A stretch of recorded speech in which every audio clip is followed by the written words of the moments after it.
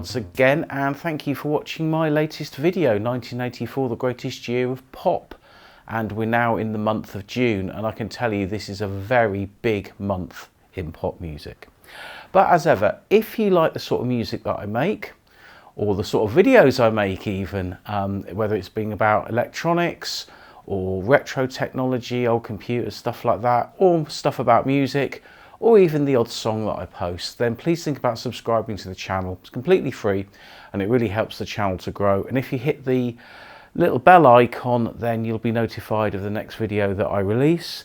And if you like these videos, please hit the like button, because things like that always help, as well as sharing anything that I do on any of your social media platforms. And talking to social media, I am on Facebook, and it's Matthewnorthmusic on Facebook. And I also have an Instagram with the same name, although I don't tend to use it that much. But if you want to give me a follow, it would be appreciated.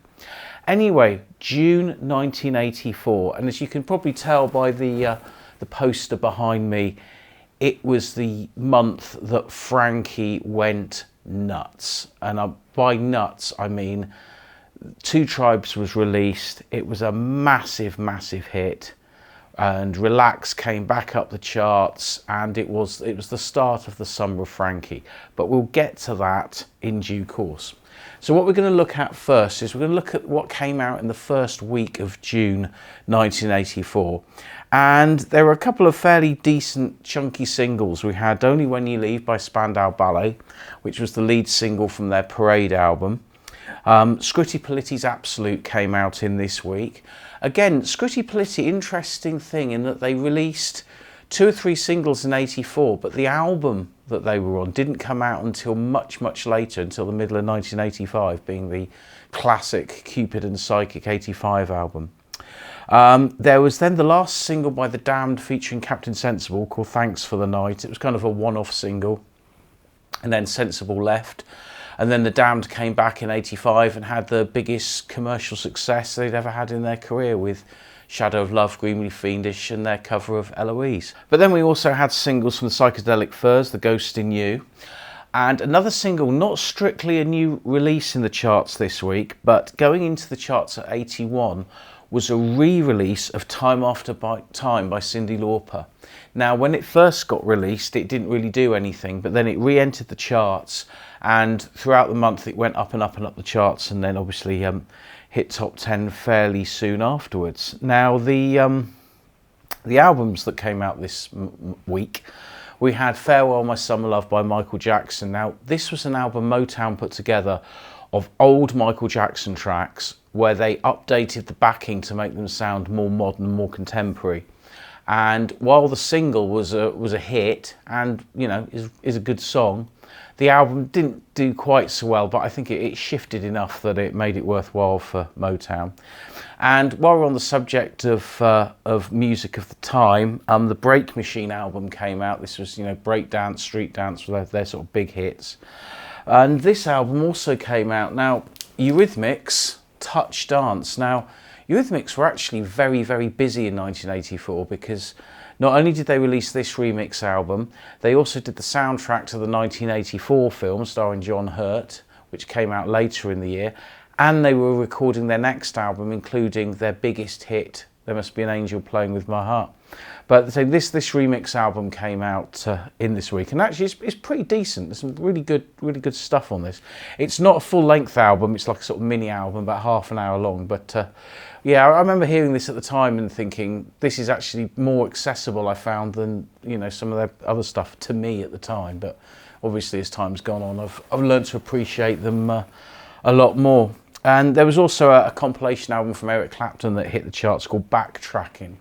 And I remember this album quite well as well, because I think it was the first for a long time double album compilation of Clapton's work, because he hadn't really, he'd had Money and Cigarettes came out in '83, but it wasn't really until the August album in '86 where Clapton started, shifting units. So this was like a stopgap album, really. But it was a pretty decent compilation. And if you were to buy a best of Clapton now and you didn't want any of the modern stuff, it's probably the one to go for.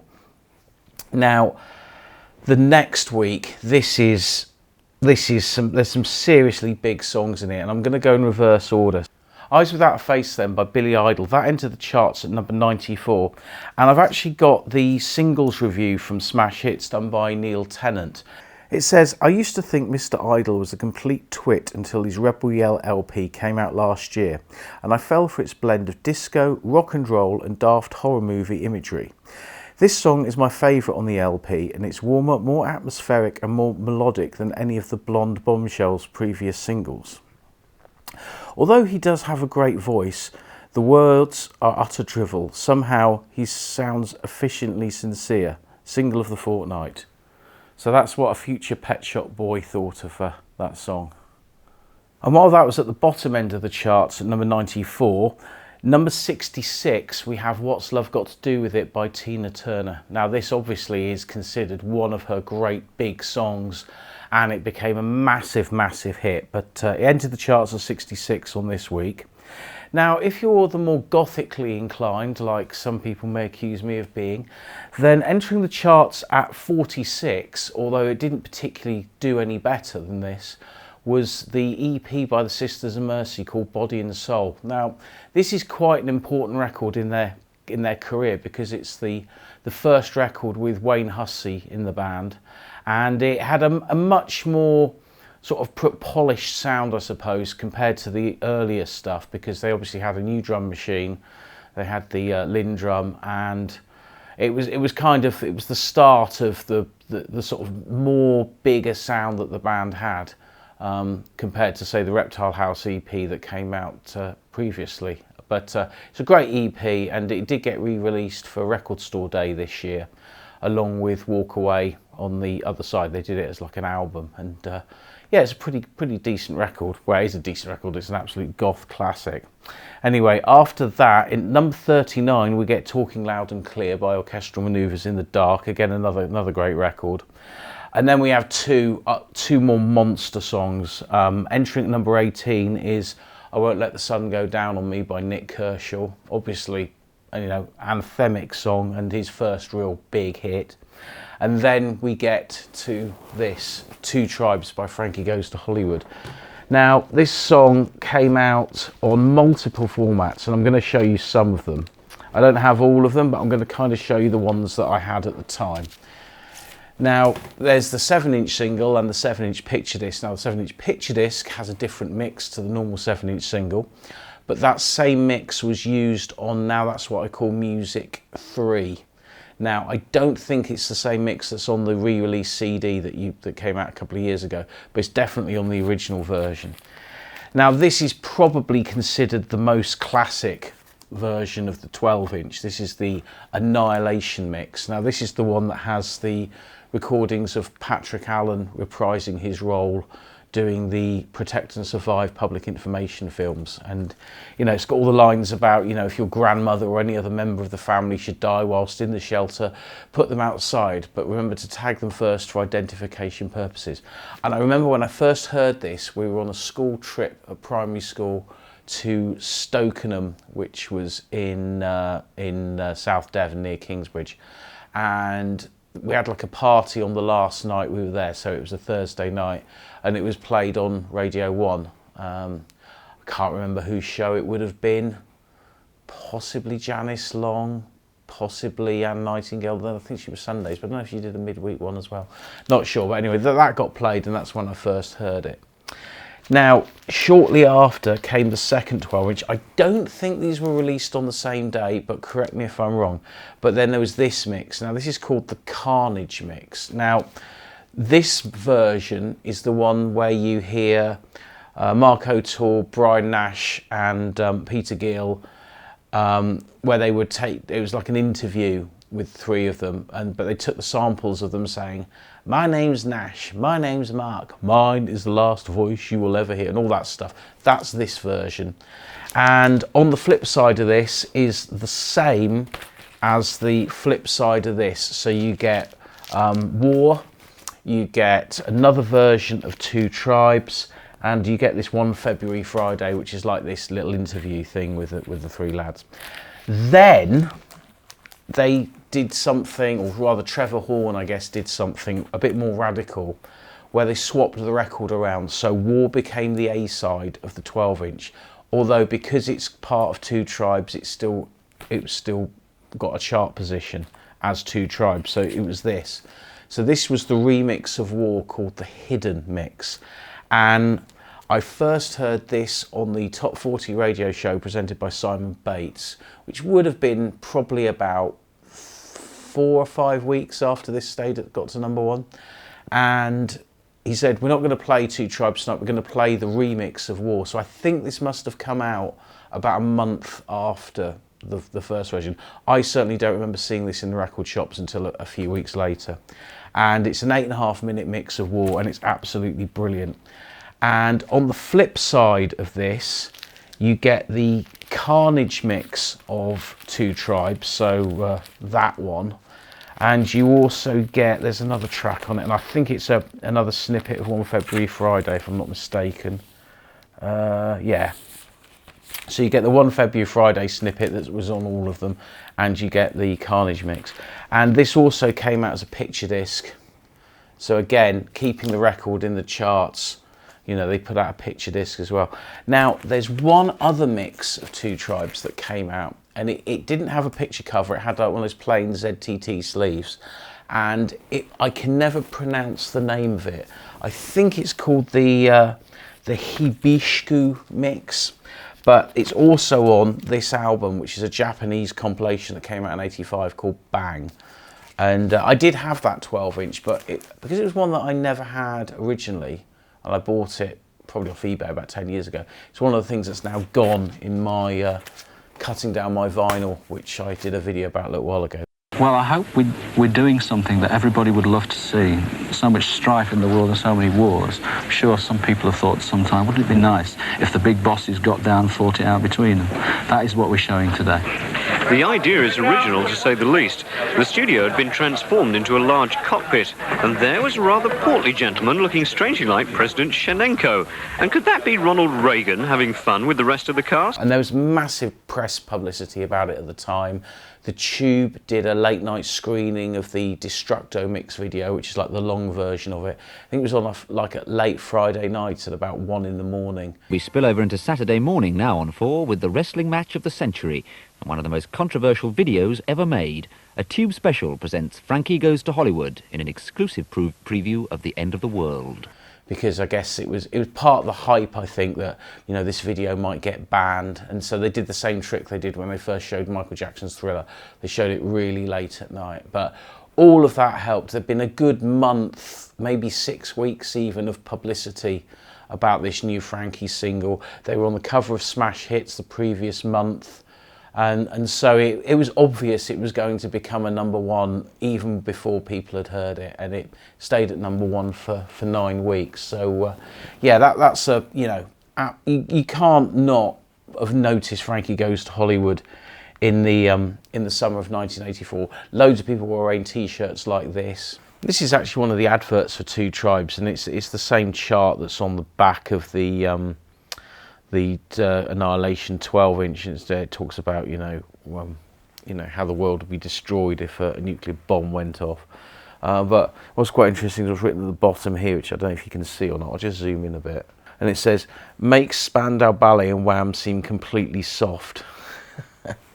And there was one other version of Two Tribes, which was this. This was the cassette called Keep the Peace. Now, as a teenager, I saw this in the record shop, in my local shop, Tops in Newton Abbot, and I didn't buy it because I bought some other records, and I was going to buy this the next week because I'd already had a copy of this made by my friend Philip, so I'd already heard this. And this is basically a compilation of the Carnage mix, the Annihilation mix, and the mix that's on the flip side. There's like another different mix, and so they bolted them all together to make this long version.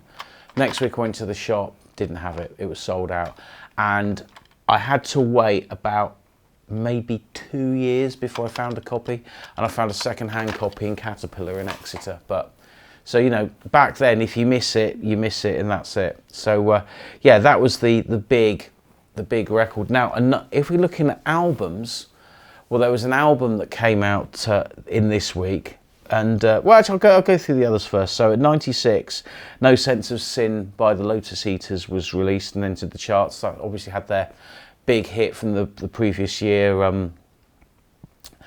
And then we had Hyena by Susie and the Banshees went in at number 15. Yeah, First Picture's You, by the way, the single by the Lotus Eaters, just remembered.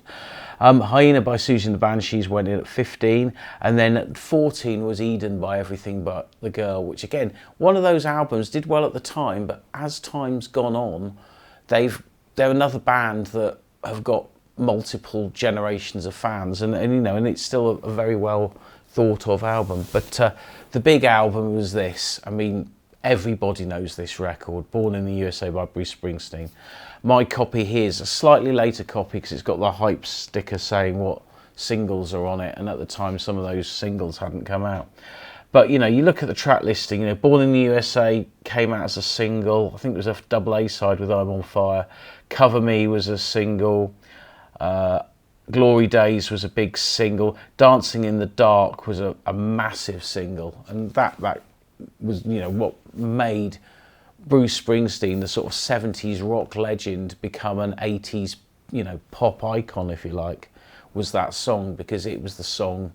It had synthesizers on it, it had a catchy beat, it had a really high budget video for it, and you know, to this day, you know, that's, you know, an iconic album, iconic artwork, and it's really, really good. You know, it's a brilliant record. So yeah, that came out in the second week. Now, blimey, there's an awful lot of stuff to get through on here. So if we look at the third week, then we're looking at singles. Well, On the Wings of Love by Jeffrey Osborne, which, you know, a big ballad, that entered the charts at 69. At 55, this entered the charts, which is Love Resurrection by Alison Moyet from her album Alf. Now, again, this is a massive hit. It's one of those songs, it's never been not popular. This song's never not been played on the radio. It gets played on the radio now. It got played on the radio in the 90s and the 2000s. It never felt old. It never felt 80s. It just felt like a you know, a current song, and you know, and it's endured for 40 years. So yeah, that came out in this week. I give a lot of credit to what Yazoo did. The whole idea of crossing a soul feeling with the nouveau metallic beat. But I was never a great fan of Alf's voice. This isn't a very good song. It's flat, lacks charm. It sounds as if it wouldn't be more at home on Radio 2. Then another song that came out at number 54 was Young at Heart by the Bluebells. Now, this was a song originally written by Bobby Bluebell and I think Siobhan Farley from Bananarama, and it was on the first Bananarama album, Deep Sea Skiving. But then the Bluebells did a version, and of course it has that very famous fiddle introduction, and it became a big hit in 1984. But then of course it got re-released, I think in 93, maybe 94, I think it was 93, and then it got to number one, and the band had to reform to do Top of the Pops. But yeah, so that was a big hit that had two chunks of success. Then Billy Joel had Leave a Tender Moment Alone, which I think was something like his fifth single from the Innocent Man album. And you know, Billy Joel, people forget, he was absolutely massive. And you know, if we look at the album chart in this week, I'm sort of jumping around a bit, but Billy Joel had 6 albums in the album chart, because Innocent Man was in the album chart. The Stranger was in the album chart at number 46. Innocent Man had gone back up the charts to number 2. And then 4 albums re-entered the charts. So The Nylon Curtain re-entered at 65, 52nd Street entered at number 80, Glass Houses re-entered at 89, and Piano Man entered at 98. Now, you might think they're very low chart positions, but you had to sell a lot of records to even get in the top 100 back then. You know, we're talking about an era where the top 10 albums sold in their millions in the UK. I mean, now you could probably sell 25,000 albums and you'd be a number 1 album. Back then, that would get you into the, you know, the lower ends of the top 100. So, you know, things have changed an awful lot. But yeah, so Billy Joel, 6 albums in the album charts at once, which is, you know, pretty good. Anyway, we then had the second single from Bob Marley's Legend album, which was a version of Waiting in Vain. And again, this became a really big hit. And then There was Ain't No Stopping Us Now by Breaking Now, Ain't No Stopping Us Now, I should say, by Ollie and Jerry. That entered at 35. Again, another song from the breakdance movement. And one of the things I've learned, I think, from doing this set of videos is that the sort of breakdance thing, I kind of poo-pooed it a bit in one of my earlier videos, but actually a lot of breakdance records came out in this year, and they were hits. So, you know, it was a thing that was a lot bigger than I kind of remembered. Then Lionel Richie's Stuck On You entered the charts at 34, became a hit, and then it also became a hit for somebody else a bit later. I think it was Jeffrey Osborne, but I can't remember, but I'll get to that when it comes out because that was later in the year. But then the Pointer Sisters came back with Jump For My Love, which entered the charts at 24, and again that was a massive song, went on for a long time. Now, as far as LPs are concerned, so I mentioned about the Billy Joel re-enters into the charts. The Special AKA, they released an album called In the Studio, and now the Special AKA, the Specials, are they the same band? Well, yeah, they are kind of. Slightly different personnel, but of course this album had the hit Nelson Mandela on it, which I think came out a little bit later. But saying that album entered the charts at number 34, and at number 8, Rod Stewart had a massive album called Camouflage, and that entered the charts at number 8.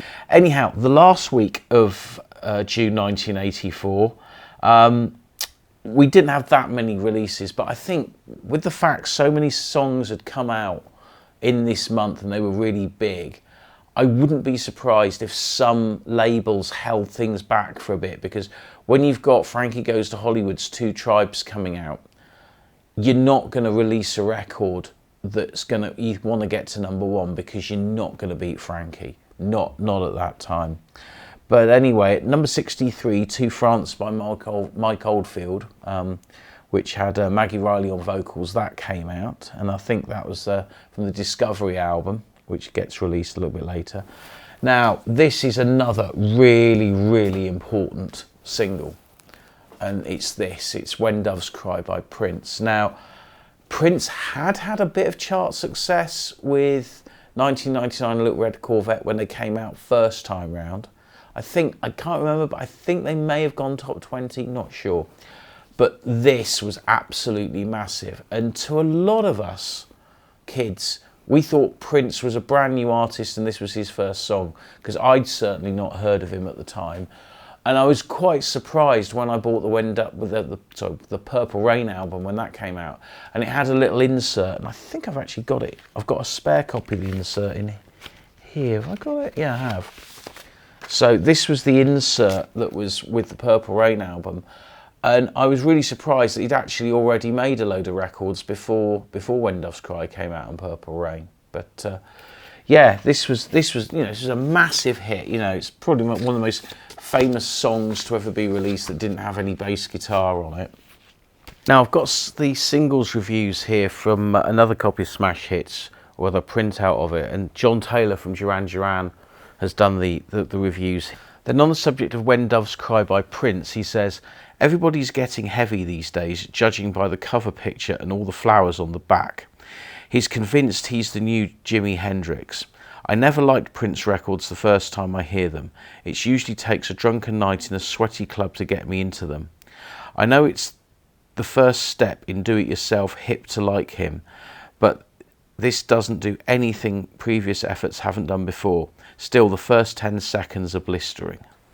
And this turned Prince into the start of him becoming the absolute mega star that he became. And obviously the Purple Rain album, the film, and the title track also became completely massive. So yeah, that entered at 44. And then the Human League released their second single from the Hysteria album called Life on Your Own. Didn't do as well as the Lebanon, but I like it. It's a great song, but I really like the Hysteria album. I mean, a lot of people said at the time, oh, it was, wasn't very good, it took too long to release, but I think it's a great record. Now, with LPs, entering the album chart, I'm going to go in reverse order on this one. Entering at number 2, we have Breaking Hearts by Elton John. Again, that's another massive, massive selling album. I mean, that's sold by the bucket load. But then at number 16, we have Private Dancer by Tina Turner, which was, the great comeback of comebacks, because, Tina Turner had been kind of not around for a long time. There was obviously the whole thing with her and Ike and then breaking up, and like literally the world's messiest divorce. And then she comes back with this album that's absolute classic pop, some beautiful written songs, great production. Obviously the title track was written by Mark Knopfler. She collaborated with Heaven 17 on it and various other people, and it became a massive smash. And it's really, I think, it's the album that really made Tina Turner a megastar, and she stayed at that level for the rest of her life, really.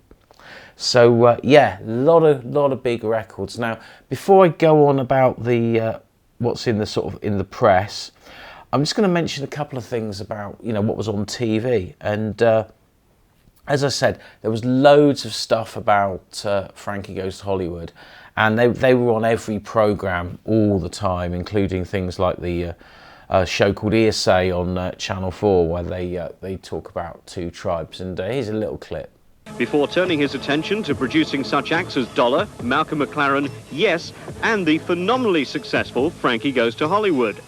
Relax was the first of the records produced by Zang Tum Tum in their West London studio off the Portobello Road. ZTT was formed by Trevor and his wife, Jill Sinclair, very much the business driving force behind both her husband and the company. The third part of the trio is Paul Morley, former rock journalist, who has made the unlikely transition to record company executive with surprising ease. And also on this month, there was a programme that went out on Granada TV. I think it was shown all over the UK, but I think some regions may not have taken it, and it was called New Brighton Rocks. And this is quite fitting because I actually went to where it was filmed last week because I had a trip to Liverpool. And I will mention at this point, I did meet up with Brian Nash from Frankie Goes to Hollywood, and we had a great chat and a meal, and we ended up going to the Cavern, and I even ended up with my friend Caroline performing a number in the Cavern, which was a rather cool thing to do, I must admit. But yeah, on the Wirral, where they had the New Brighton Rocks event, it was like a big Top of the Pops thing. I mean, pretty much most of the artists mimed, but you had like Gloria Gaynor, the Weather Girls, the Flying Pickets, Eddie Grant, Helen Terry, Madness, Nick Kershaw, Spandau Ballet did their current single and Highly Strung, the next one. And Frankie Goes to Hollywood were kind of the stars because it was their like big kind of homecoming thing, and it was a massive event up in Liverpool way on this weekend in 1984. Now, one thing we always watched on TV on the weekend was 10 o'clock on Sunday evening, and that was Spitting Image on ITV, literally the best thing that was on telly all weekend. And in this month, they always had a play-out song at the end of the episode, and on one Sunday this month, Sting had re-recorded the lyrics to Every Breath You Take and called it Every Bomb You Make, and that particular track made it onto Spitting Image this month. And it wasn't really in keeping with normal Spitting Image sort of comedy songs at the end of the episode, but it was very poignant, and it was always credited as being by Sting. And I never quite worked out whether Sting completely re-recorded everything or whether it was just the normal backing track and Sting just redid the vocals. Either way, it was, something very unexpected on TV at that time. Now, there was also a few other bits and bobs on the telly. The Tube had a special live programme called A Midsummer Night's Tube. And if you look at some of the people that were on there, you had Alison Moyet, Sade, Howard Jones, Culture Club, Frankie, Brian Ferry, Hall & Oates, Lee Scratch Perry, Echo and the Bunnymen, B.B. King. It was really, big, all big stuff. Pop music, you just can't emphasize enough how big it was. But it wasn't just big for new artists. Some of the more established. I mean, people like Paul McCartney, still having lots of hits at this time. And yeah, so absolutely huge week. Now, week and month, I should say. So I'm just going to show you a few little snippets now that were in the music press at the time. Smash Hits actually carried a two-page spread about New Brighton Rocks, which, looking at the fact that this copy of Smash Hits came out It was for the June the 7th to the 20th. The event obviously happened, you know, a few weeks before the actual television broadcast, which I think was on something like the 23rd of June. So this is Neil Tennant's review of Two Tribes, and it says, it begins with a demonstration of an air attack warning and proceeds with an outrageous string and woodwind arrangement over a thumping dance beat. Holly's powerfully sings an anti-war lyric which contains no rude words at all, and Trevor Horn's production is his most over-the-top yet.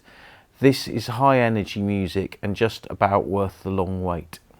They actually have a feature here about the sort of the high-energy music scene that was around at the time, although there didn't seem to be a picture of Bronski beat here for some reason, but you know, it mentions people like the Weather Girls and Hazel Dean and Eartha Kitt and Evelyn Thomas. Obviously, you know, High Energy, the song, was very much a kind of a rip-off of Relax by Frankie Goes to Hollywood, although Ian Levine has always maintained that it was actually based on a song by the Village People, but either way, it was. I think a lot of this music was kind of all based on Relax, really. So if we look at Tina Turner's What's Love Got to Do with It, he says, she still looks fantastic. Don't like it, I'm afraid. It reminds me of Marianne Faithfull. It's like an outtake from her Dangerous Acquaintances LP. I'm disappointed. Where's the Raunch on Shola this week? So he's obviously expecting, you know, Proud Mary or something. While we're talking about the sort of press that Frankie got during Two Tribes, this copy of Record Mirror here from June the 23rd has got a feature about Godley and Cream, including two rather interesting stills here that I've not really seen much printed before, actually, from the filming of the Two Tribes video. And so, you know, by getting sort of this sort of amount of exposure, again, it just adds to the fact that, you know, that everyone knew that this song was going to be absolutely massive. Here's something, there's an advert here out of the Record Mirror for Roger Taylor from Queen's solo album Strange Frontier. Now, it's really bizarre to think that in 1984, Queen have their massive comeback with the Works album, and they have loads of hits from it: Radio Gaga, I Want to Break Free, Hammer to Fall. Yet, Roger Taylor also puts out a solo album in this year. Freddie Mercury puts solo records out this year. And you think, why aren't they just doing the band and leaving solo records to another time? But I think that's just how things were in those days. You know, sometimes people did a lot of stuff in a relatively short period of time. And there's an article here about the Sisters of Mercy as well, again because of the Body and Soul release. And interesting, they've got a comment here: Sisters of Mercy, doubtless an immersive inspiration to the Thompson Twins. Well, it's quite funny that Tom Bailey's current touring band, he calls them the Sisters of Mercy. But of course, the Sisters of Mercy made their debut supporting the Thompson Twins in 1981 in York. Anyhow, hope you've enjoyed this video. If you have, please like and subscribe. And I'll catch you in a month's time for the next instalment. And in the meantime, there'll be a few other videos popping up on the channel of other stuff. So yeah, thanks for watching.